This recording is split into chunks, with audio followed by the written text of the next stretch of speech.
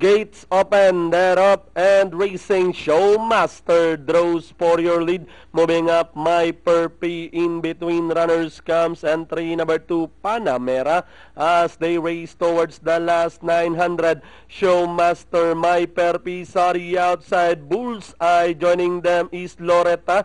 Panamera is by the rail, then followed by His Majesty and Sinagtala second last.